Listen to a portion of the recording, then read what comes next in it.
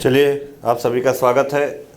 आज के सेशन की शुरुआत करते हैं हिंदी की बहुत ही महत्वपूर्ण प्रश्नों की श्रृंखला के साथ। एसएससी जीडी के लिए जैसा कि आप लोग पढ़ रहे हैं, बहुत सारे प्रश्न मैंने आपको करवाए हैं कुछ सेशंस में, तो सभी को समझ में आ रहा है अच्छी तरीके से ना। आज के सेशन का पहला क्वेश्चन है, पढ़िएगा और रिक्त स्थान की पूर्ति करिएगा। रिक्त स्थान को भरने के लिए सबसे उपयुक्त शब्द का चयन करना है। दिया है, बूढ़ा आदमी अपने जवानी या बचपन या प्रशंसा या बुढ़ापे। किससे दुखी है? बुढ़ापे से। तो बूढ़ा आदमी किससे दुखी होता है? अपने बुढ़ापे से दुखी होता है। तो सही आंसर क्या होगा? डी। क्लियर?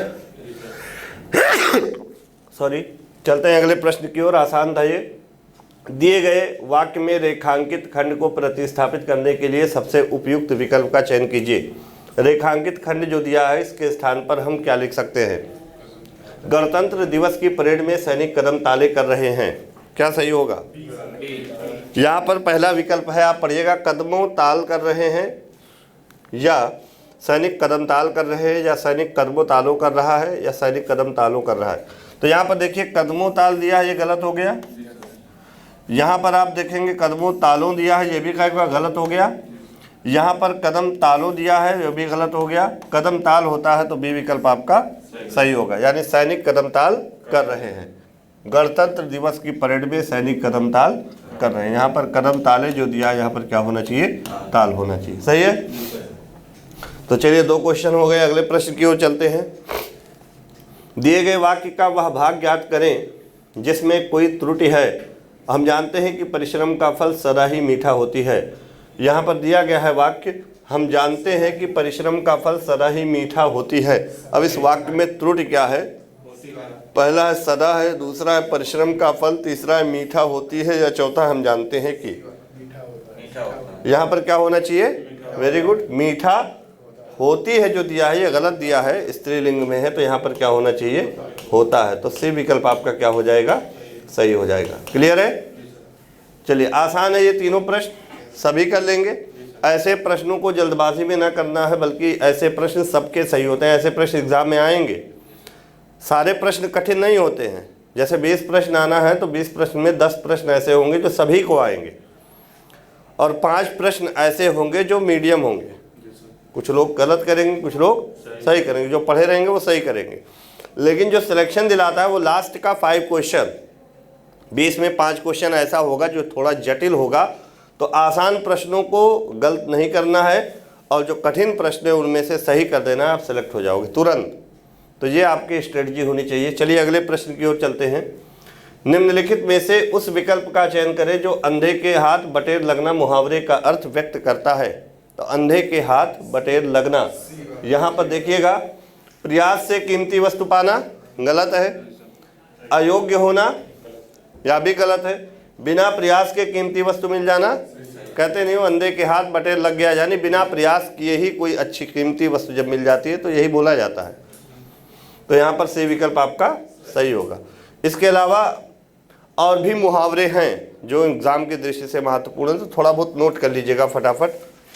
ओंठ चबाना, ओंठ चबाना, ओंठ चबाना, इसका अर्थ क्या होगा बताइएगा? ओंठ चबाना, जब कोई क्रोध करता है, गुस्सा करता है, तो दांत से ओंठ को क्या करता है? चबाता है। तो यहाँ पर इसका अर्थ होगा ओंठ चबाने का क्रोध करना। नोट कर लीजिएगा, ओंठ चबाना। ऐसे मुहावरे आते हैं तो अधिकतर लोग गलत कर देते हैं, समझ नहीं पाते हैं, क्योंकि मुहावरा हमेशा कैसा अर्थ प्रस्तुत करता है? विलक्षण अर्थ प्रस्तुत करता है। तो इसका अर्थ होगा क्रोध करना। क्लियर? चलिए अगला एक मुहावरा और लिखिएगा, बताइएगा। कलेजा मुंह को आना, कलेजा मुंह को आना, फटाफट बताइएगा उत्तर क्या होगा इसका? कलेजा मुंह को आना अगर पूछा जाए एग्जाम में, इसका अर्थ क्या होगा? तो क्या बताओगे? कहते नहीं हो, कोई ऐसी चीज देखते हो जब घबरा जाते हो, तो कहते हो मेरा कलेजा मुंह में आ गया, यानी इसका अर्थ क्या होगा? घबरा जाना। नोट कर लीजिएगा, कलेजा मुंह को आना मतलब क्या होगा? घबरा जाना। अगला लिखिएगा, आंसू पीना, आंसू पीना, इस मुहावरे का अर्थ क्या होगा? फटाफट उत्तर दीजिएगा। आंसू पीना, अगर गुस्सा रहता है कोई और गुस्से को दबा लेता है तो कहते नहीं है कि आंसू पी गया, यानी गुस्से को दबा लिया। गुस्सा को दबाना या दुख को दबाना, गुस्सा नहीं, एग्जैक्ट जो अर्थ होगा वो दुख होगा। जब कोई दुखी होता है तो उस दुख को जब दबा लेता है, इसका मतलब आंसू, दुख में आंसू निकलता है ना, तो उसको दबा लेना का मतलब दुख को दबा लेना। आगे लिखिए, मुंह फूलना, मुंह फूलना,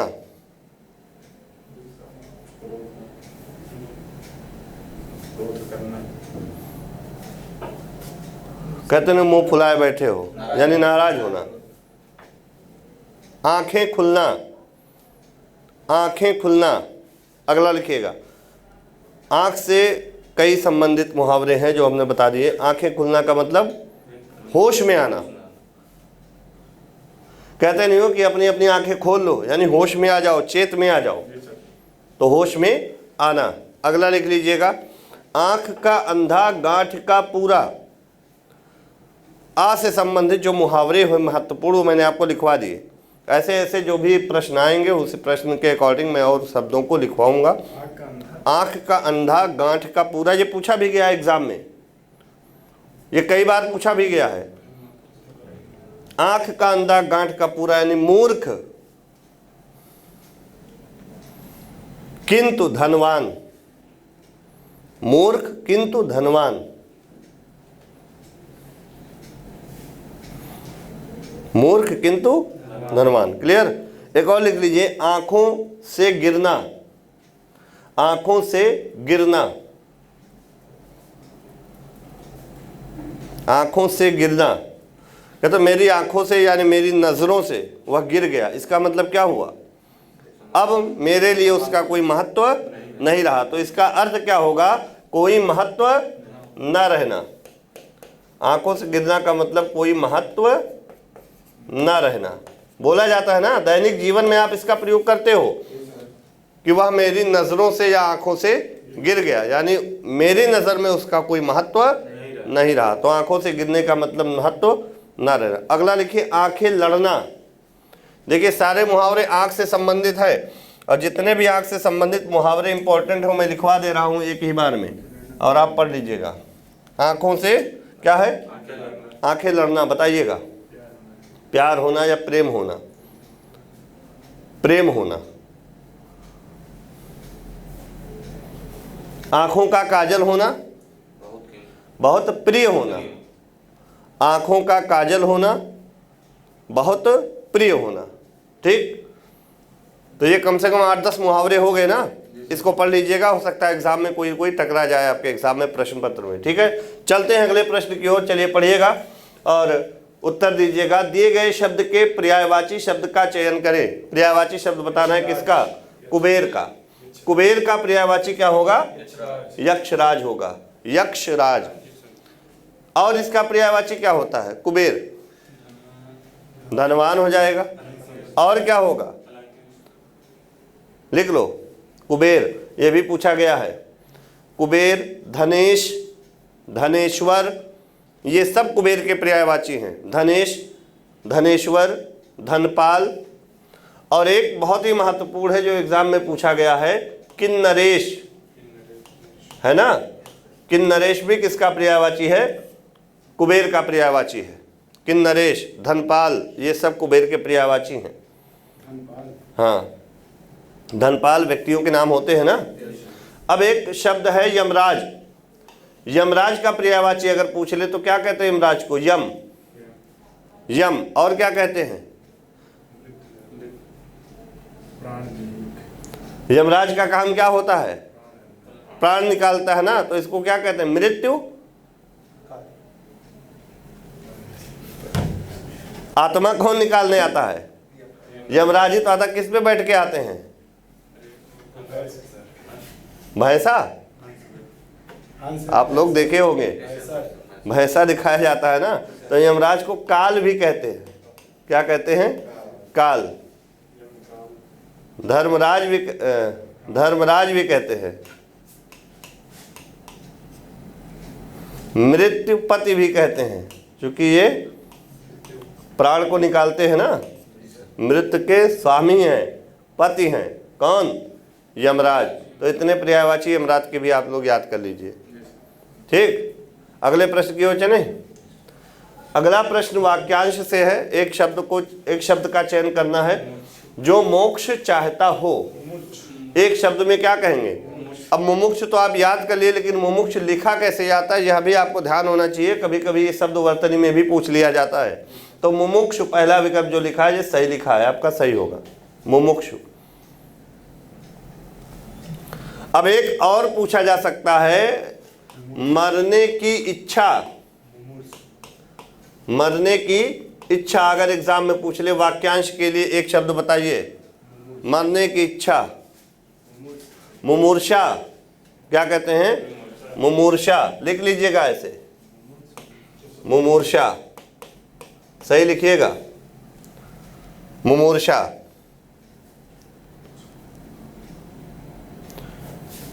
एक शब्द है मुक्त हस्त, मां से संबंधित है तो मैं लिखवाए दे रहा हूं। मुक्त हस्त यह किसको कहते हैं?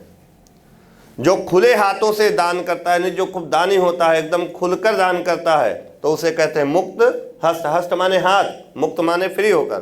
तो मुक्त हस्त का मतलब होता है खुले हाथों दान करने वाला, खुले हाथों दान करने वाला। ठीक। और एक आप देखते हो, वर्षा होती है और वर्षा के साथ जब खूब तेज हवा भी बह रही होती है, तो वर्षा सहित तेज हवा को एक शब्द में अगर पूछ ले क्या कहते हैं तो क्या होगा? वर्षा सहित तेज हवा। जब आप देखते हो बरसात के मौसम में कभी कभी आंधी के साथ वर्षा होती है, तो उसको क्या कहते हैं एक शब्द में? बताइए। मूसलाधार का मतलब जब बारिश बहुत तेज होती है, उसकी बूंदें टूटती नहीं, तब उसे मूसलाधार बारिश कहते हैं, ना कि जब हवा भी तेज बहती है तो उसे मूसलाधार कहते हैं। तो इसे कहते हैं झंझावात। क्या कहते हैं? झंझावात। नोट कर लीजिएगा। आप बारिश के महीने में देखे होंगे, आंधी खूब तेज आती है और उसी के साथ साथ बहुत जोरदार बारिश भी होती है, तो वर्षा सहित तेज हवा को कहते हैं झंझावात। अब ये बताइए, अगर हम पूछे चारों ओर जल से घिरा हुआ भाग को एक शब्द में क्या कहते हैं? चारों ओर जल से घिरा हुआ भाग क्या कहलाता है? अगर भूगोल में देखेंगे तो द्वीप होता है, लेकिन यहाँ एक शब्द है टापू। टापू भी यही द्वीप को ही कहते हैं, टापू। और तीन ओर से जो जल से घिरा होता है उसे प्रायद्वीप कहते हैं, मैंने बताया था। एक ओर स्थल भाग होता है, तीन ओर जलीय भाग होता है तो प्रायद्वीप होता है। और जब चारों ओर जल से घिरा होता है तो उसे क्या कहते हैं? द्वीप कहते हैं, है ना? क्लियर? और लिख लीजिए, जो छोटे कद का हो, जो छोटे कद का हो उसे कहते हैं ठिगना। क्या कहते हैं? ठिगना। ठिगना। नोट कर लीजिए।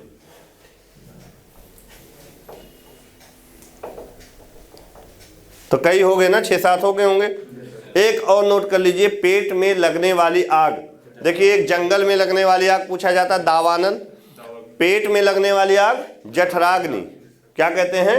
जठराग्नि। अब मैं केवल जठराग्नि लिख दे रहा हूं, आप लोग उसको नोट कर लीजिएगा। पेट में लगने वाली आग को क्या कहते हैं? जठराग्नि कहते हैं। अरे जब से आप पढ़ रहे हो कम से कम 50-60 तो हो ही गए होंगे 1 वर्ड सब्स्टिट्यूशन, है ना? इतना ही तैयार कर लोगे तो एग्जाम में फंसने की संभावना बहुत ज़्यादा होगी। कोशिश यही रहती है कि सारे प्रश्न आपके एग्जाम में आ जाएं। इसके अलावा भी पढ़ा करिए, है ना? पढ़ा करिए, कमरे पर अभ्यास किया करिए। कैसे पढ़ा जाता है मैं बता रहा हूँ, लिख के पढ़िएगा। और जब कोई शब्द लिखा करिए, जैसे जठराग्नि लिखे, तो आप कैसे लिखना है आपको, इसकी वर्तनी भी आपको ध्यान रखनी होगी। केवल याद करने से कोई काम नहीं होगा, लिखना होगा आपको। लिखेंगे तो वो चीज़ कंठस्थ हो जाएगी दिमाग में। केवल रट लेंगे तो रटने पे याद रहेगा। अब यही जठराग्नि शब्द 4 तरह से लिख देगा 4 विकल्प में, तो कन्फ्यूजन में हो जाओगे, है ना? चलिए अगले प्रश्न पे और चलते हैं। अगला प्रश्न पूछा गया है विलोम शब्द से है। यश का विलोम शब्द क्या होगा? यश का विलोम क्या होगा? अपयश होगा। अब सुयश किसका विलोम है? सुयश का विलोम अपयश। यश का समानार्थी शब्द है सुयश और इसका भी विलोम क्या होगा? अपयश। लिख लीजिएगा। नीरस का विलोम क्या होगा? सरस। Very good. नीरस का विलोम क्या होगा? सरस होगा। और भी बहुत सारे विलोम है, थोड़ा लिखिएगा। योग्य का विलोम अयोग्य। बहुत सारे विलोम शब्द ऐसे मैंने बताया था आ और अन उपसर्ग लगाकर बनाए जाते हैं, तो जैसे योग का अयोग्य, जो योग्य ना हो। अगला लिख लीजिए सौभाग्य। सौभाग्य का विलोम अगर पूछ ले तो क्या होगा? दुर्भाग्य होगा, है ना? सौभाग्य का दुर्भाग्य। इसके अलावा बुद्धिमान का अगर विलोम पूछ ले तो मूर्ख होगा ना। अच्छा चलिए एक शब्द बताइए बंध्या। बंध्या का विलोम नहीं,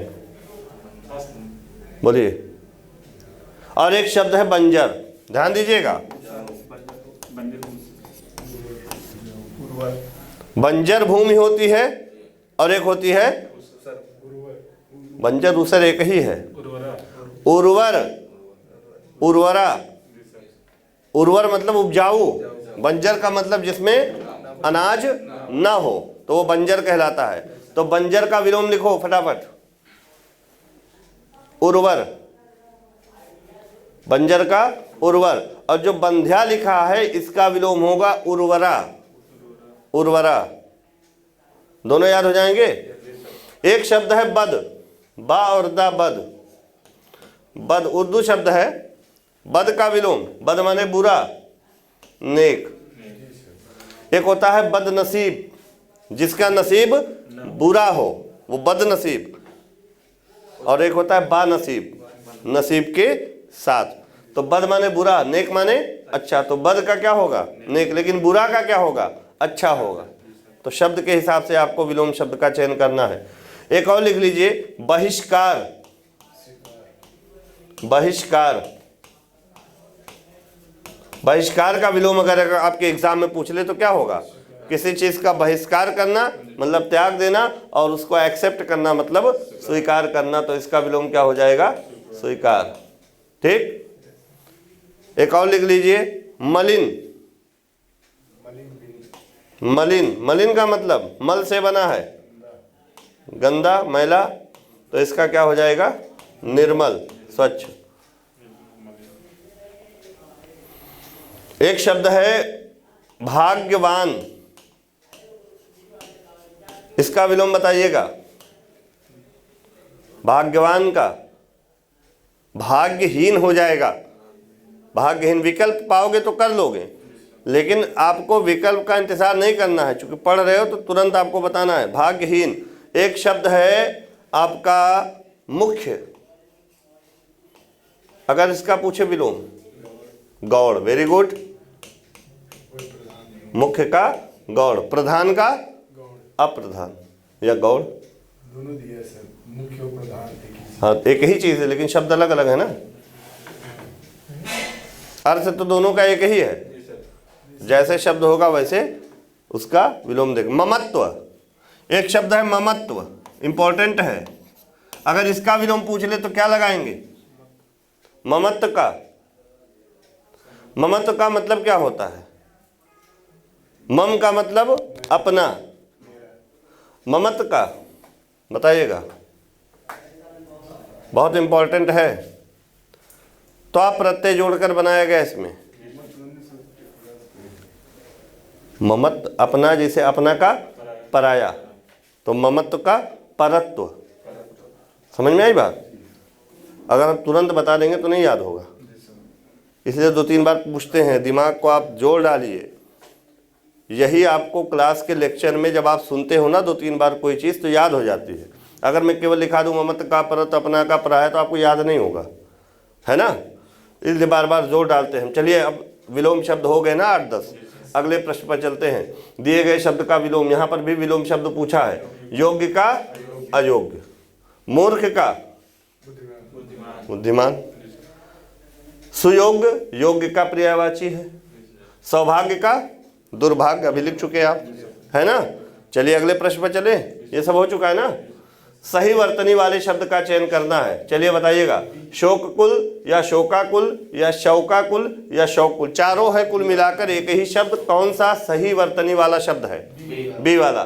तो कैसे कैसे लिखा जाता है? शोकाकुल, बी वाला आपका सही होगा। और बहुत सारे शब्द हैं, नोट कर लीजिएगा कुछ महत्वपूर्ण शब्द। जैसे एक शब्द है शुभेच्छु, तालब शाह होगा और यहां पर आधा चा और छा होगा, इच्छा, इच्छु। ना कि अगर आप ऐसे लिख दोगे तो ये गलत हो जाएगा। ऐसे एग्जाम में लिखा होगा शुभेच्छु, ये गलत है। आधा चा और छा होगा, इच्छा से इच्छु बना है, तो शुभेच्छु, शुभ इच्छा, है ना। अगला लिखिए सुशोभित। सुशोभित में पहले कौन सा शाह होगा? दंत सा, फिर तालब शाह, और फिर आगे आप जानते ही हो, तो इस तरह से लिख दो सुशोभित। एक शब्द है सोचनीय, ऐसे लिखा होगा, सही है? गलत है। शोचनीय होता है, यहां पर भी तालब सा होगा, शोचनीय। सही कर लीजिए इसको, ये मत लिखिएगा, यही केवल लिखिएगा, नहीं माइंड में आपको यही सेट हो जाएगा और गलत कर दोगे एग्जाम में। और एक शब्द है, अब शाह से संबंधित शब्दों को हम बता रहे हैं क्योंकि प्रश्न में शाह आया है, तो इससे जो महत्वपूर्ण वर्तनी वाले शाह से संबंधित बनते हो मैं आपको नोट करा दे रहा हूं। एक शूर्पणखा, कौन थी? रावण की बहन थी। तो कैसे लिखा जाएगा शूर्पणखा? नोट कर लीजिएगा। हाँ, नहीं नहीं, बिंदी बिंदी नहीं रहेगी, बिंदी कहाँ रहेगी। एक है इश्मश्रू, इश्मश्रू, ये भी नोट कर लीजिएगा। एक है शिरह पीड़ा, शिरो पीड़ा लिखा होता है ना, और गलत कर देते हो, शिरह पीड़ा इसका शुद्ध है, शिरो पीड़ा नहीं होता है, शिरह पीड़ा। और एक बहुत ही महत्वपूर्ण शब्द हम लोग गलत करते हैं, जैसे लिखा होता है, आप देखते हो, उच्छ्वास। उच्छ्वास क्या सही लिखा है? कहाँ हलंत रहेगा? हाँ, छा के नीचे। Very good. क्योंकि ये व्यंजन संधि जब आप पढ़ोगे तो वहां पर आपको मिलेगा उत प्लस श्वास। ध्यान दीजिएगा, इधर इधर देखिए सब लोग, उत प्लस श्वास। तो व्यंजन संधि का नियम है कि अगर ता के बाद शा आए, तालब शा, तो ता आधा चा में बदल जाता है और शा किस में बदल जाता है? छा में बदल जाता है। तो यहाँ आधा शा है तो ये आधा छा में बदलेगा, तो यहाँ पे चा आधा हो जाएगा और छा भी आधा होगा, तो शब्द बनेगा उच्छ्वास। नोट कर लीजिएगा। अब हर चीज़ का मीनिंग मत जानो, यहाँ पर शब्द में कितना मीनिंग याद कराएंगे। वर्तनी है, नोट कर लीजिए, सब संस्कृत के शब्द हैं। वर्तनी जो संधि होती है ना बेटा, वो अधिकतर तत्सम शब्दों की ही होती है, और जो समास होता है वो तत्सम, तद्भव और उर्दू तीनों के शब्दों में होता है। अब जैसे एक शब्द है, इसी नियम पर सत प्लस शास्त्र, सत। अब ता के बाद क्या आया है? शा। ता किस में बदलेगा? चा में, आधा चा, और शा छा में। छा पर आ की मात्रा तो छा पर आ की मात्रा, तो क्या बन जाएगा? सच्छास्त्र। देखिए, एक शब्द है सबसे महत्वपूर्ण, कई बार पूछा गया है, उत, ध्यान दीजिएगा, अभी नोट मत करिए, प्लस श्रृंखल, उत प्लस श्रृंखल। अगर इसको आप चाहो तो श्री को ऐसे भी लिख सकते हो, यही लिखा हुआ है। अब यहाँ पे आधा ता है और यहाँ पे तालब शाह, तो आधा ता बदल जाएगा आधा चा में, और ये जो शाह है वो किस में बदल जाएगा? छा में। और शाह के नीचे री की मात्रा है तो छा के नीचे री की मात्रा हो जाएगी, तो क्या हो जाएगा? उच्छृंखल। उच्छृंखल, उच्छृंखलता होता है ना, तो ये वर्तनी की दृष्टि से बहुत ही महत्वपूर्ण शब्द है, नोट कर लीजिएगा, केवल ये नोट कर लीजिए, उच्छृंखल।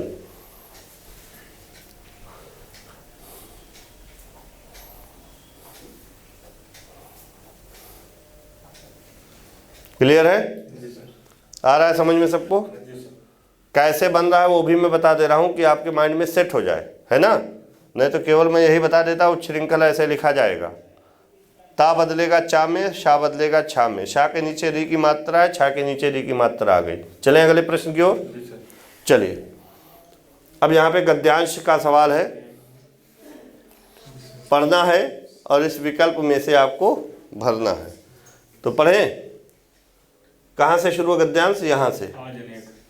आज अनेक भाषाओं में अनेक समाचार पत्र बाजार में उपलब्ध हैं कि नहीं है? आप देखते हो अंग्रेजी के भी समाचार पत्र होते हैं, हिंदी के भी, उर्दू के भी, सभी भाषाओं के होते हैं। आप किसी दूसरे प्रदेश में जाओगे, मुंबई में, महाराष्ट्र में, तो मराठी में भी मिलेगा, गुजरात में गुजराती में भी मिलेगा, हिंदी तो सभी जगह पर है, इंग्लिश और हिंदी। मनुष्य की आराम या स्वभावगत या नींद या व्यक्ति स्वभावगत विशेषता है ना। कैसी विशेषता? स्वभावगत। तो पहले में क्या हो गया? स्वभावगत विशेषता है उसका जिज्ञासु या बिक्री या संकेत या संपादक। उसका मनुष्य का स्वभावगत विशेषता है उसका जिज्ञासु होना। अब जिज्ञासु का अर्थ मैं लिखवा चुका हूं, है ना। हाँ। रात्रि में वह चैन की नींद सोकर प्रातः काल उठता है तो शीघ्र ही अपने आसपास के वातावरण के बारे में जानने का प्रयास करता है। तो यहाँ पर क्या हो जाएगा? प्रयास। इसको अगर गलत करोगे तो परीक्षा से बाहर हो जाओगे। चाय की प्रयास, चाय की कपड़ों, टुकड़ों, चुस्कियों या बर्तन। तो चाय की चुस्कियों के साथ क्या होना चाहिए यहाँ? चुस्कियों के साथ। देश विदेश की खबरों को जानने के लिए वह समाचार पत्र का सहारा लेता है। तो चलिए भर देते हैं एक बार। मनुष्य की स्वभावगत विशेषता, याद हो गया ना, कि उसका जिज्ञासु होना। Very good. फिर क्या है? रात्रि में वह चैन की नींद सोकर प्रातः काल उठता है तो शीघ्र ही अपने आसपास के वातावरण के बारे में जानने का क्या करता है? प्रयास करता है। और प्रयास करने के बाद चाय की चुस्कियों, सुबह सुबह चाय की चुस्कियां लेते हुए समाचार पत्र पढ़ने में कुछ और ही आनंद होता है। तो चाय की चुस्कियों के साथ वह देश विदेश की खबरों को जानने के लिए क्या करता है? समाचार पत्र का सहारा लेता है। आप देखिए सुबह सुबह आज भी पिताजी लोग क्या करते हैं, जैसे चाय कप आता है वैसे तुरंत समाचार पत्र ढूंढते हैं और चुस्कियों के साथ साथ सब देश विदेश की खबरों को पढ़ते हैं। तो ये गद्यांश था। चलें आगे। सही वर्तनी वाले शब्द का चयन करना है। चलिए बता दीजिए इसमें कौन सा सही होगा? डी। डी की बी? बी, मौखिक। सही है। अब अगला प्रश्न है, रिक्त स्थान को भरने के लिए सबसे उपयुक्त चयन कीजिए शब्द का। आकाश में तारा चमक रहा है या सोना या चांदी या बादल? तारा। सही है। वाक्य शुद्धि से सवाल आएगा। तो चलिए कुछ वाक्य हम बोल रहे हैं, आप लोग शुद्ध करिए। हमारा जो उद्देश्य है वो मैं बार बार बताता हूं कि प्रश्नों को हल कराना नहीं है, आपको इन प्रश्नों के माध्यम से और सारे ऐसे प्रश्न को बना देना है कि एग्जाम में आप सारे प्रश्नों को सही सही हल कर सको। तो लिखिएगा कुछ जो नॉर्मल अशुद्धियां होती है मैं लाया हूं आप लोगों के लिए लिखवाने के लिए। चलिए लिखिएगा, मैंने गुरुजी को अभिनंदन पत्र प्रदान किया। मैंने गुरुजी को अभिनंदन पत्र प्रदान किया। अभिनंदन सही से लिखिएगा। हाँ ठीक है, अभिनंदन पत्र प्रदान किया। इसमें क्या गलत है बताइएगा। अभिनंदन पत्र नहीं होता है? होता है। बताइए क्या गलत है? प्रदान किया नहीं होगा, अभिनंदन पत्र अर्पित किया जाता है। तो यहाँ पर जो प्रदान शब्द है ये उचित नहीं है, यहाँ पर उचित क्या होना चाहिए? अर्पित। तो प्रदान की जगह अगर हम अर्पित कर दें तो क्या हो जाएगा? सही हो जाएगा। चलिए मैं लिख भी दे रहा हूं, लिखिएगा एक वाक्य मैं भी नोट कर दे रहा हूं। राजा नल की स्त्री का नाम, राजा नल की स्त्री का नाम राजा, नल अलग लिखिएगा, राजा अलग लिखिएगा, ठीक है, दमयंती था। क्या ये वाक्य सही है या गलत है? कोई जरूरी नहीं है कि मैं गलत वाक्य ही लिखूं, आपको बताना है। तो गलत है तो क्या है? यहाँ पर स्त्री क्या होना चाहिए? पत्नी। पत्नी लिख देंगे तो क्या हो जाएगा? सही हो जाएगा, है ना। ऐसे ऐसे माइनर मिस्टेक होंगे, आपको लगेगा सही है, आपको ध्यान पूर्वक पढ़ना होगा। एक और मैं लिख रहा हूं, लिखिएगा, उन्हें सादर पूर्वक ले आइए। उन्हें सादर पूर्वक ले आइए।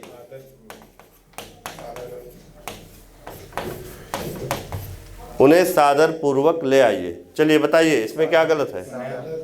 यहाँ पे सादर पूर्वक जो है ये गलत है, केवल क्या होना चाहिए? सादर।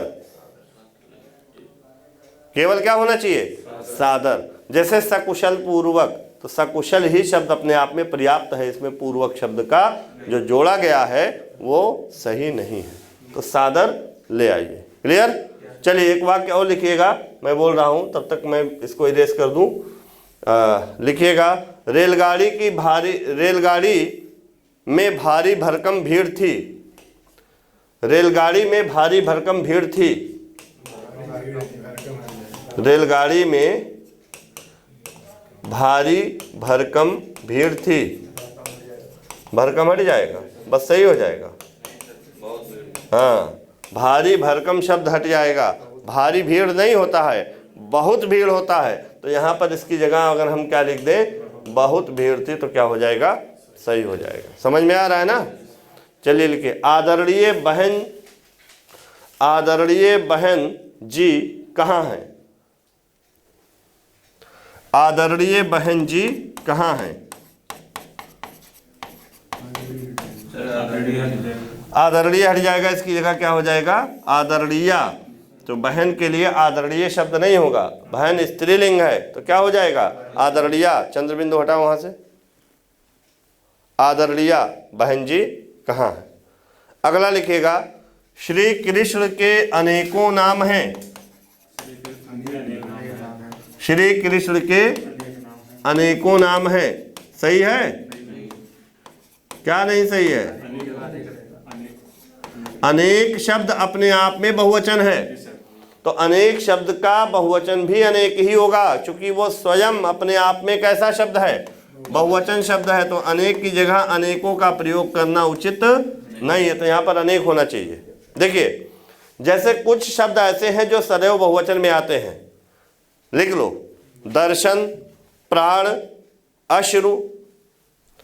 कुछ शब्द सदैव बहुवचन में आते हैं, दर्शन, प्राण, अश्रु लिख दे हम। देखिए सही वर्तनी में लिखिएगा, मैं लिख दे रहा हूं, दर्शन, प्राण, अश्रु यानी आंसू, अक्षत, हस्ताक्षर, दाम, ओठ, ये ऐसे शब्द हैं जो सदैव किसमें आते हैं? जैसे उसका प्राण निकल गया। क्या ये वाक्य सही है? गलत है, क्योंकि प्राण शब्द बहुवचन में है, तो यहां पे क्या होगा? उसके प्राण निकल गए, क्योंकि ये बहुवचन में होगा ना प्राण का प्रयोग, तो ये सही होगा। मैंने उनका दर्शन किया। क्या ये सही है? दर्शन किए, क्योंकि दर्शन शब्द किसमें आएगा? बहुवचन में आएगा। तो ये ऐसे शब्द हैं जो सदैव किसमें आएंगे? बहुवचन में आएंगे। और कुछ ऐसे शब्द हैं जिनका प्रयोग सदैव एक वचन में होता है, जैसे भीड़, जनता, पुलिस। लिख लो, भीड़, जनता, पुलिस। ये इंपॉर्टेंट है, और भी बहुत सारे शब्द हैं, तो जो इंपॉर्टेंट है मैंने लिखवाए। हाँ, सभा, सभा भी लिख लो।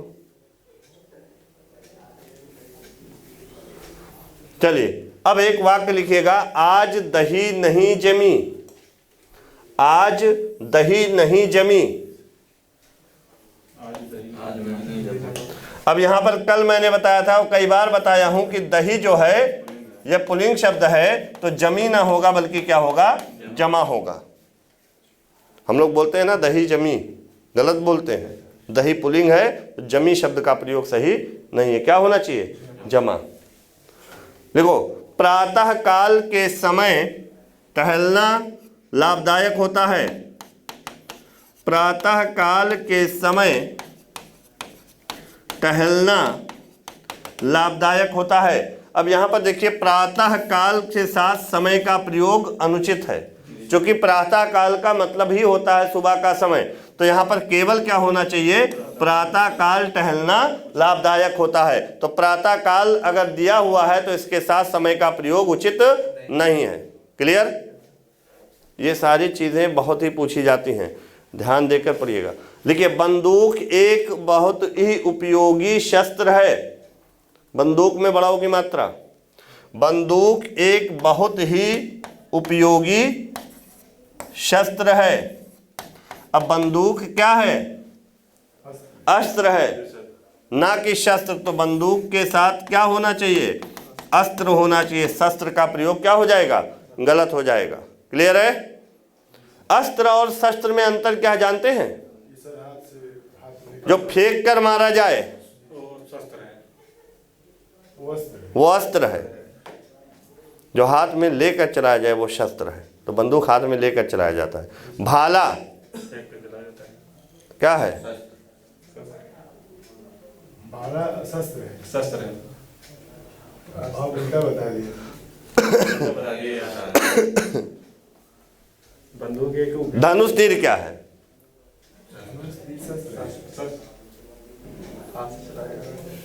कन्फ्यूजन हो रहा है। सर तीर है, धनुष नहीं हाँ, धनुष तो शस्त्र है। बाण, बाण, बाण को जब मारा जाता है तो बाण हाथ में नहीं रह जाता है, बाण निकल के जाता है। तो वो क्या हो जाएगा, अस्त्र। जो हाथ में लेकर यूज किया जाए वो शस्त्र है। शस्त्र और अस्त्र में यही अंतर है। एक और लिखिएगा, क्या गोली निकल के जाती है ना। रविवार के दिन सभी जगह अवकाश रहता है। रविवार के दिन सभी जगह अवकाश रहता है। क्या सही होगा?